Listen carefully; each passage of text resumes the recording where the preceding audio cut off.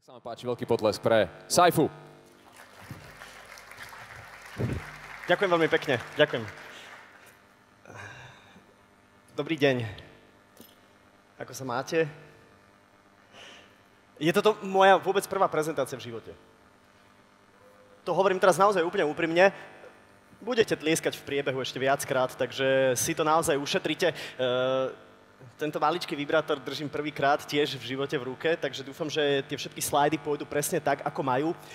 Moja veľmi dobrá kamarátka z hereckého prostredia, Zdena Studenková, a to myslím skôr ironicky, mi raz povedala, že nikdy hneď na úvod neupozorňuj na svoju neschopnosť.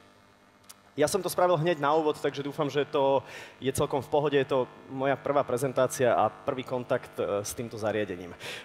Celý ten môj názov, a dúfam, že naozaj v rámci tohto dňa tu boli prezentácie, z ktorých ste si niečo odniesli. Je veľmi veľká šanca, že z tejto prezentácie si nič neodnesiete. Ale aspoň vám veľmi príjemne vytrávi, keďže to máme tak slightly po coffee break. Ja som si to celé nazval, že čo sledujú mladí ľudia na internete a čo tak asi ja môžem o tom vedieť. Čo tak ja môžem o tom vedieť, keď mám 36 rokov? A toto je moja reálna podoba. Ale garantujem vám, že ak budete cvičiť toľko jogy, čo ja, tak je to úplne v pohode. Ročník narodenia 79.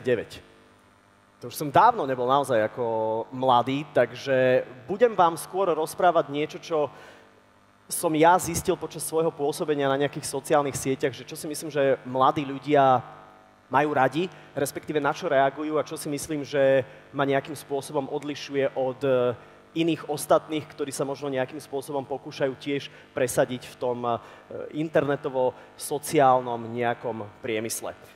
Keď hovorím, že už nie som najmladší, tak ruku hore, kto si pamätá toto. Toto bol náš svet. Toto bol náš svet. Ja už fakt nie som mladý. Tiež sme sa toho dotýkali, tiež to bolo proste super. Nemalo to len displej, no. Keď som videl inak túto fotografiu, tak normálne jemná slzička mi vypadla, že bože, to sme mali tak krásne detstvo. Aj Merkur, ale od toho času sa to fakt posunulo veľmi dramaticky. Toto už nie je moderné. Toto už nerobte. Ak sa snažíte nejakým spôsobom zaujať niekde na internete, a to teda myslím nielen vy ako osoba, ale samozrejme možno váš produkt, ktorý sa snažíte predať, tak toto ste mohli robiť v roku 2012. Hej. Míľovými krokmi sme sa za niekoľko rokov posunuli ďalej, ale neviem, či správnym smerom. Lebo mládež robí v súčasnosti toto. Snapchat 2016. Všetci americkí marketéri hovoria, že this is the thing. Toto je veľká vec, takže ak to náhodou ešte nemáte, tak toto mladých ľudí teraz baví najviac. Neviem, ako to spojíte s predajom vášho produktu, ale vyskúšajte to. Ak máte, predávate, čo ja viem, sačky na grcanie, tak ako this is the way. Hej? Toto by mohlo fungovať. Ja vám vyrozprávam taký kvázi akože môj príbeh so sociálnou sieťou, ktorá podľa môjho názoru má asi komerčne najväčší potenciál a myslím si, že je to cítiť asi aj v zahraničí. A ja vám úprimne hovorím, nemám žiadne marketérske školenie, nikdy sa mi nikto nestaral o Instagramový účet, neabsolvoval som žiadne prednášky, všetko som robil tak, ako som mal pocit, že by som to chcel robiť a niečo som obkúkal, niečo som neobkúkal a takýmto spôsobom sa budem snažiť vás previesť tým, čo si myslím, že by mohlo byť pre vás aspoň kvázi zaujímavé takto pred obedom. Toto je vôbec môj prvý Instagramový post. Žiaden popis, prvá veľká chyba. Žiadne hashtags, druhá veľká chyba. Žiadne lajky, 24. Čo to je? Nemusíte tlieskať teraz, jasné, ono sa to zmenilo, nebojte sa, nebojte sa. Toto je asi môj 17. Instagramový post. Vidíte náraz lajkov, 54. Ale tiež opäť, žiaden popis, žiadne hashtagy a žiadne lajky. A problém je, že sú tu 4 relatívne škaredí ľudia. Nechcem upriamovať na nikoho pozornosť, ale ak sa pohybujete v sfére sociálnych sietí a Instagramu špeciálne, tak na toto si treba dať veľmi veľký pozor. Tá žena sediaca vedľa mňa je veľmi charizmatická však. To by som okamžite olajkoval. Problém je, že tá fotka je rozmazaná. Tiež si dávajte na toto extrémny pozor. Ľudia sa na rozmazané veci veľmi neradi pozerajú, lebo im to pripomína to, že včera boli ešte opití. A škaredí ľudia. Kto sa chce na nich pozerať, hej? Kto to má chuť vôbec followovať, keď niekto zavesí so svojou frajerkou takúto fotku?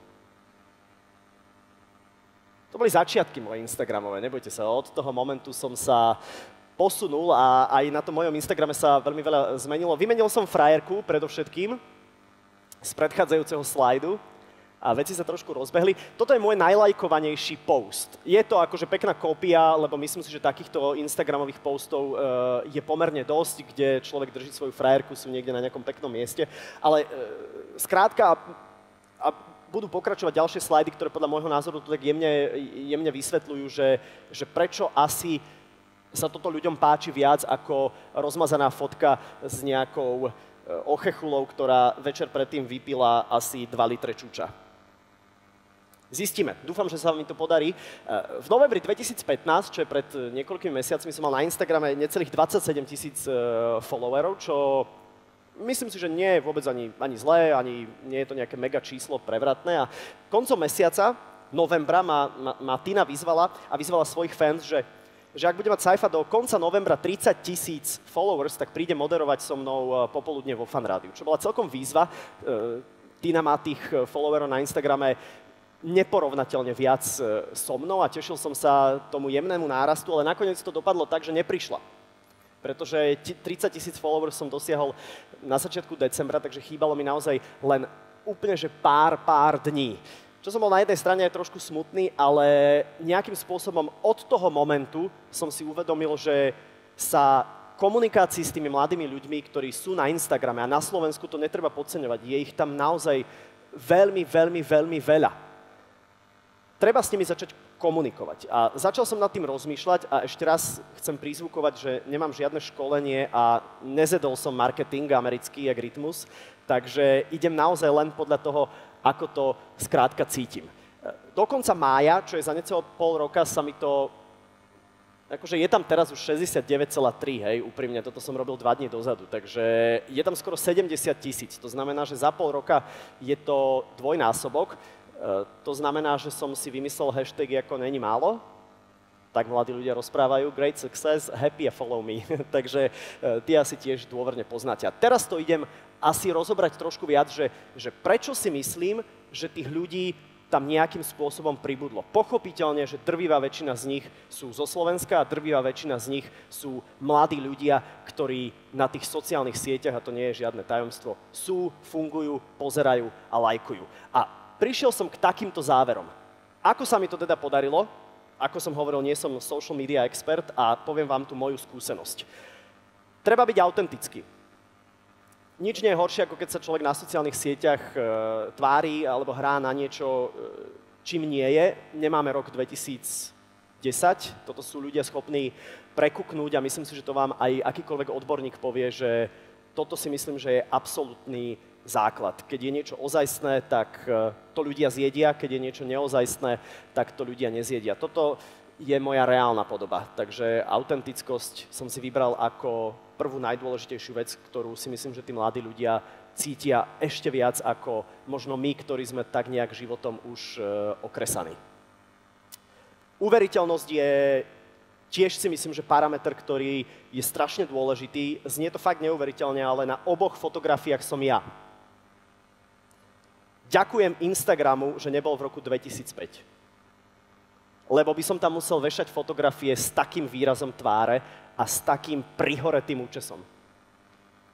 Chvala Pánu Bohu. Je to neuveriteľné, ale na oboch som teda ja. Takže to pre mňa osobne je asi druhá najdôležitejšia vec, ak sa prezentujete na sociálnych sieťach alebo sa snažíte prezentovať nejaký produkt. Ja sám seba považujem trošku za ako keby produkt tiež, pretože aj to, že som tu, tak idem s vlastnou kožou na trh, s vlastným brandom na trh a možno si po celej tejto prezentácii poviete, že je to fakt génius.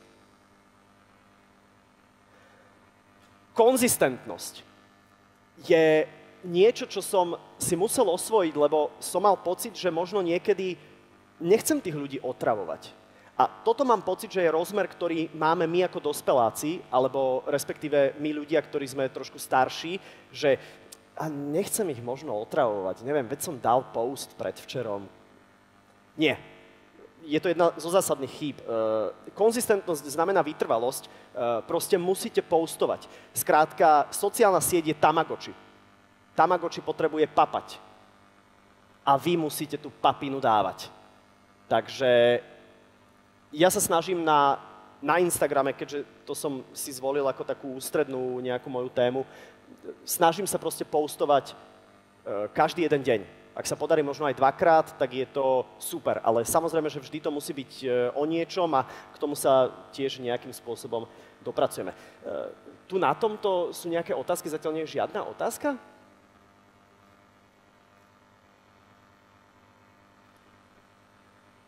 OK, aj k tomu sa dostaneme.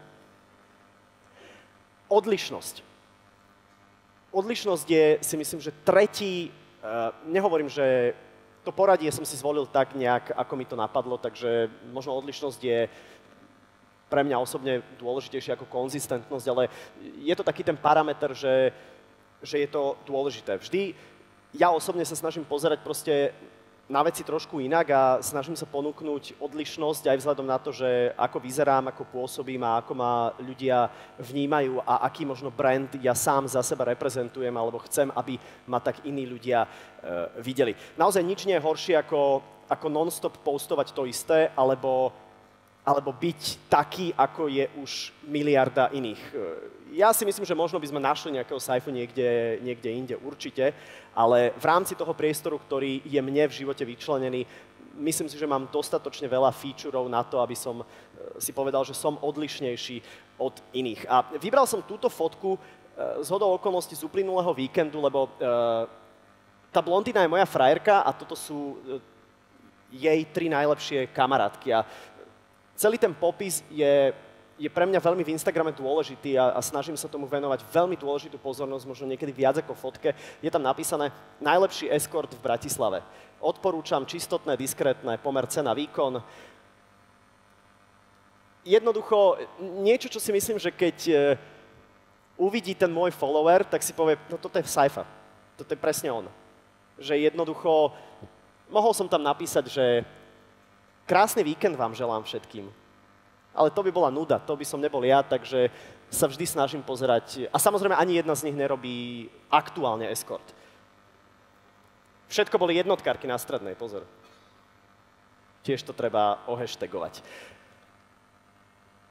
Veľmi dobré je mať rozkošného psa. Na sociálnych sieťach to extrémne pomáha, takže ak chcete prifariť k vášmu produktu niečo, čo ľudia milujú, tak to sú zvieratka. Takže ak máte rozkošného psa, ako mám ja, Molly, tak je to jasné. Ťažko povedať, kto z nás je spiaca princezna, ale asi pravdepodobne ten pes. Čo ešte na sociálnych sieťach extrémne pomáha je, ak máte krásnu frajerku, to je ona. Nemusíte vôbec zatlieskať, teraz je to úplne v pohode, mám ju ja k dispozícii. Tiež som ju tam zaradil aj z toho dôvodu, lebo viem, že na to ľudia veľmi intenzívne reagujú a lajkujú. A z toho samozrejme, že ja mám radosť.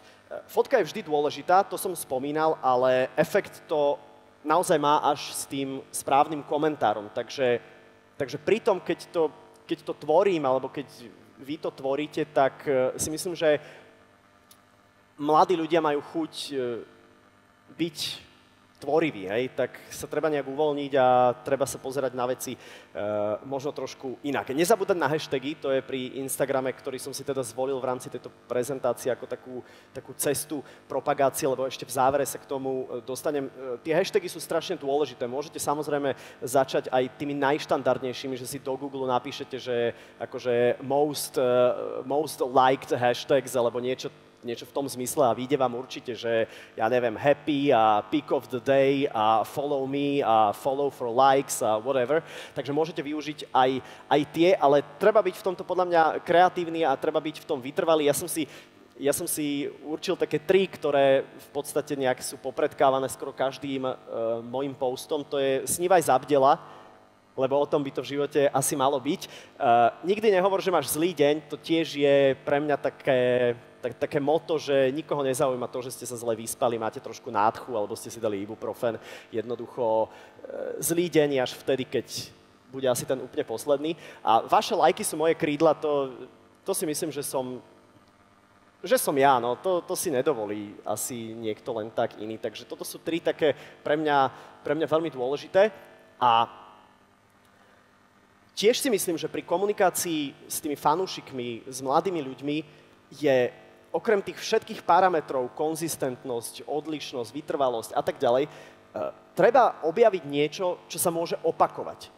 Ľudia sa strašne radi vracajú k nejakej téme, ktorú nastolíte a nejakým spôsobom sa to potom vyvíja ďalej. Pretože je to niečo, na čo sa ľudia môžu tešiť, pretože to poznajú. Ja som napríklad v rádiu objavil moju produkčnú bubu. Toto by malo byť video, dúfam, že sa to spustí.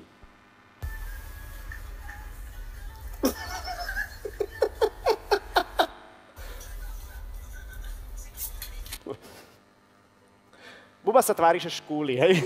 Akože je to primitívna vec, ale vybral som to preto, lebo má to proste 50 000 views, čo na Instagrame je celkom dosť.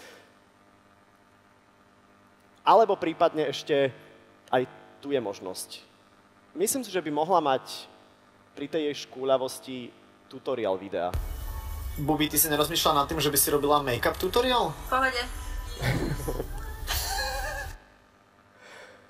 Ona naozaj neškúli, samozrejme, hej, len jednoducho takto vie zahrať, že sa mi to strašne páčilo a takýchto vecí z času na čas dávam, samozrejme, ale netreba to preháňať, ale treba byť v tom vytrvalý. No a toto je taký akože jemný, ako keby nejaký taký záver, že možno mám aj s tým dlhodobejší cieľ. Ja som vlastne pred necelým rokom spravil niečo, za čo som dostal 500-eurovú pokutu v rádiu. Volalo sa to, že pirátske vysielanie. Je to vec, o ktorej by som vám mohol hodinu rozprávať a možno nemáme už na to až tak nejak strašne veľa času. Tu máme ešte 8 minút? Tak tu máme strašne veľa času.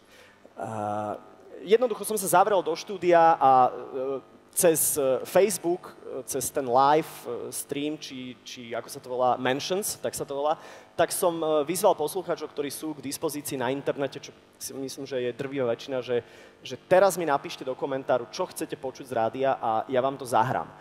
Zamkol som sa, aby tam nikto nemohol vojsť. Bola to vec, ktorá bola mimo manažmentu, mimo majiteľov, mimo toho celého.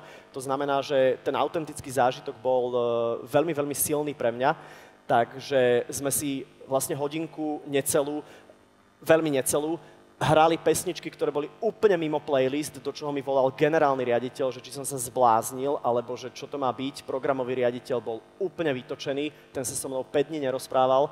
Dostal som teda pokutu, ako som spomínal, a zrazu skrátka z toho vypadlo to, že ja som vlastne taký akože asi možno pirát rozhlasových vln. A teraz si hovorím, že veď prečo si k tomu nespraviť nejaký lightový merchandise, takže ak máte chuť sa na to kúknúť, tak oslovili ma takí veľmi mladí chalani z GoTriko.sk a mám tam tiež takú svoju záložku. To znamená, že z niečoho, čo bola kvázi taká sranda, sa vyvinulo niečo, čo môže mať aj skrátka nejaký jemne dlhodobejší cieľ.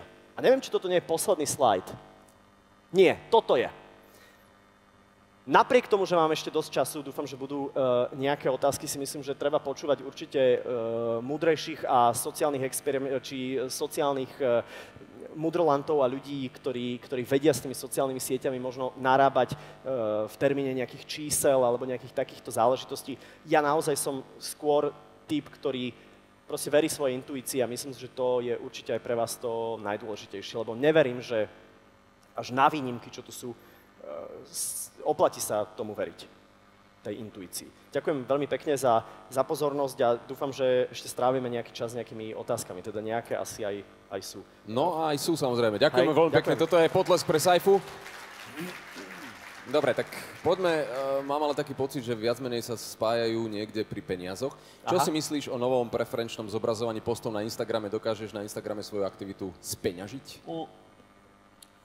Priznám sa, že áno, sú samozrejme, že spôsoby a oslovujú ma Oslovujú ma firmy, ktoré mi ponúkajú peniaze za posty.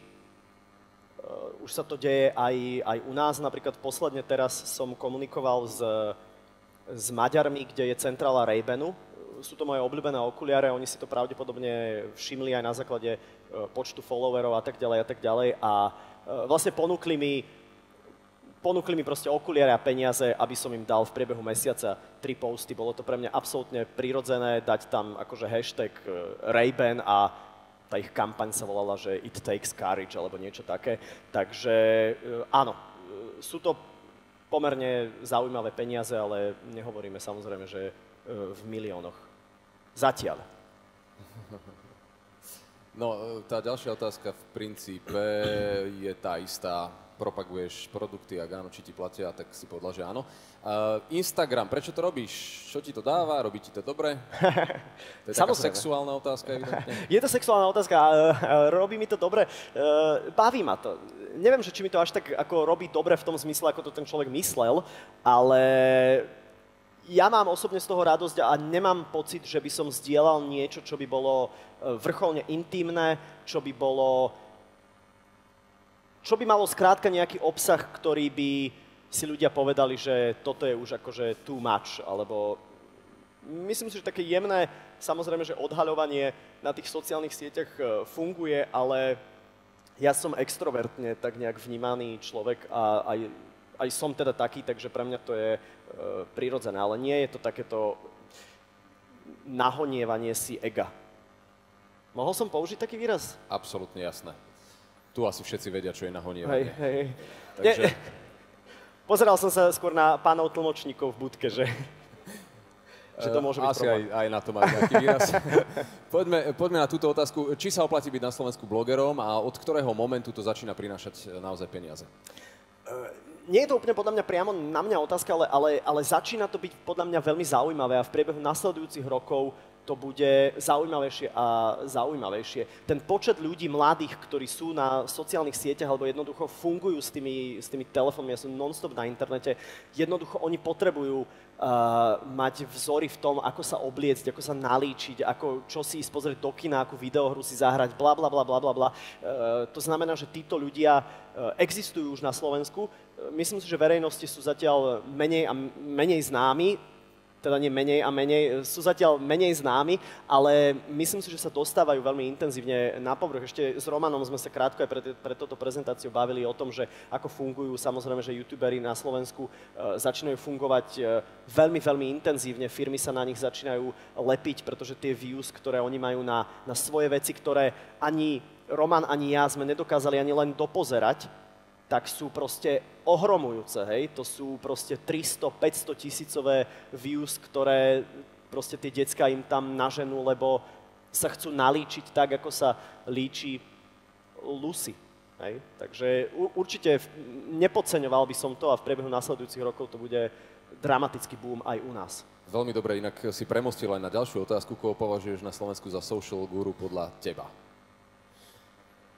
Myslím si, že u nás sa na sociálnych médiách strašne darí raperom vo všeobecnosti, hej, alebo teda hip-hopovým, je to žáner, ktorý proste mladí ľudia zbožňujú evidentne, to znamená, že počnú s Mikeom Spiritom, ktorý dokonca si myslím, že je aj rekordérom, čo sa týka Facebooku aj Instagramu, že má najviac, ja keď som spomínal mojich chabých 70 000, tak to sú ľudia, ktorí majú 250, 270, cez 300 000 followers, takže to asi oni by tu možno mali o tom povedať niečo viac, len ja sa pohybujem v inej sfére, to znamená, že pre mňa je to aj toto už celkom taký nejaký úspech, takže kto z tých ľudí, toto je asi istá sféra, ktorá je zaujímavá a potom títo mladí youtuberi, ktorí majú proste 19-20 rokov typu Gogo, Explo a Selassie a takýto rôzny, myslím si, že veľmi intenzívne vedia influencovať young generation. Poďme na ďalšiu otázku. Ak ťa nejaká firma osloví s propagáciou ich produktu, je ich asi veľmi veľa, čo ťa na tej ponuke osloví, alebo či tu vôbec riešiš takéto veci? Nemyslím si, že ich je nejak dramaticky veľa, aby som zase akože sa neprezentoval, že teda ako každý post je zaplatený, to určite nie. Musí to byť niečo, čo nejakým spôsobom súvisí so mnou a to je podľa mňa veľmi dôležité možno aj pre vás, a toto je možno jediná vec, ktorú si odnesíte z celej prezentácie, je, že treba sa strašne pri tom, aký produkt chcete vy prezentovať cez toho mladého človeka, ktorý tých views a followers má strašne veľa, treba mu dať čo najvoľnejšiu ruku v tom, ako ten produkt prezentovať. Nič nie je horšie, ako ho zošnurovať do niečoho, čo mu nie je prirodzené, čo si povie, že tak za tie prachy to spravím, ale je to hovadina. To je veľmi zlá cesta, lebo ani on sa s tým produktom nejakým spôsobom nezžije a je to potom strašne z tej sociálnej siete cítiť, že toto nie je úprimné, toto je akože paid for a to je podľa mňa na figu a nemalo by to tak byť. Takže toto sú podľa mňa tie asi základné veci. Preskočím tú, ktorá je v strede, vrátim sa k nej, pretože tá ďalšia nadväzuje, dokáže špecifikovať cieľovú skupinu svojich followerov, teda potenciálnych klientov firiem, ktoré ti platia za posty. Toto by som rád aj ja vedel. Úprimne poviem, že nejaké tie štatistiky som si ja vôbec nejak nepozeral, ale samozrejme, že sú, akože drvivá väčšina sú zo Slovenska, sú tam nejaké Čechy a neviem, či nemám jedného followera aj z Južnej Afriky, to som si úplne neistý, ale ja by som to odhadol a to teraz naozaj som nespravil si žiaden nejaký akože research, ak niekto má chuť ten research mi spraviť, tak budem za to vďačný, platím cashem nebo šekem. Myslím si, že je tam veľmi veľké percento ľudí do 18 rokov, ale je tam aj nie zanedbateľné percento ľudí, ktorí majú cez 18, cez 20, cez 25, ktorí takýmto spôsobom fungujú. A ja si myslím, že mne sa to nejakým spôsobom kryje s tým rádiom, že my v tom rádiu tiež máme cieľovku stanovenú niekde medzi 18 a 35. A že vraj naša ideálna poslucháčka je Katka z Trenčína, takže toľko to vám viem k tomu povedať. Už len si predstaviť, ako Katka vyzerá, čo má rada, to je ten problém. Že vraj niečo ako ja. Niečo v tom duchu. Takže nie to výhra. Mirek, posledná otázka, ktorá je na slajdu, je evidentne Čech, čiže po česky otázka, ale po slovensky by to bola inak frajerská hip-hopová fráza. Jaký máš datový balíček, stačí? Počúvaj ma, ja ani neviem. Neviem, mám, bože, musím sa pripraviť pre viac. Mám taký nejaký normálny, čo ja viem, platím asi 70 eur mesačne za telefón. Toľko asi. A mohol by mi dať T-Mobile niečo zadarmo. Ak je to niekto z T-Mobile nejakého, alebo tak, ďakujem, takže asi 70 eur. No, 70 eur, ďakujeme veľmi pekne. No, žiadna ďalšia otázka. Ja mám ešte jednu možno. Sociálne siete sú priestor na sebarealizáciu a sebaprezentáciu nielen teba, ale samozrejme aj ľudí, ktorí ťa sledujú. Ty si spomínal Tamagotchiho, že ho treba krmiť, Tamagotchi ale aj kaká, hej?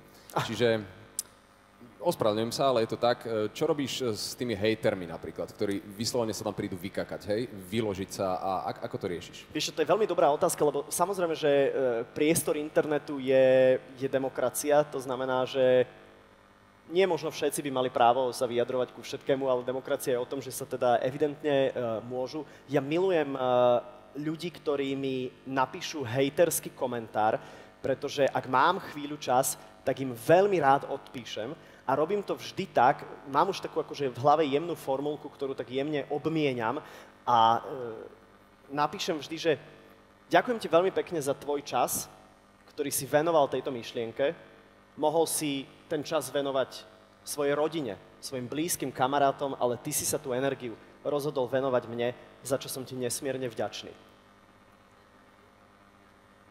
Teraz ten človek ostane taký akože veľmi prekvapený a zvyčajne do inboxu mi napíše, že prepáč, ja som to ako až tak nemyslel zle, keby si potreboval prezuť gumy, tak máme pneuservis a kedykoľvek sa zastav. Hej, takže ľudia sú strašne ramenatí, ale keď ich odzbrojíte tou najjednoduchšou zbraňou, a to si myslím, že je slušnosť, tak sú úplne hotoví. A sú samozrejme, že portály alebo takéto, kde nemá význam takým ľuďom odpisovať. Nikdy som nebol na čas.sk a nesnažil sa odpísať tým ľuďom, lebo to je, že úplne dno. Ďakujeme ti za vyčerpávajúcu prezentáciu. Saifa, dámy a páni.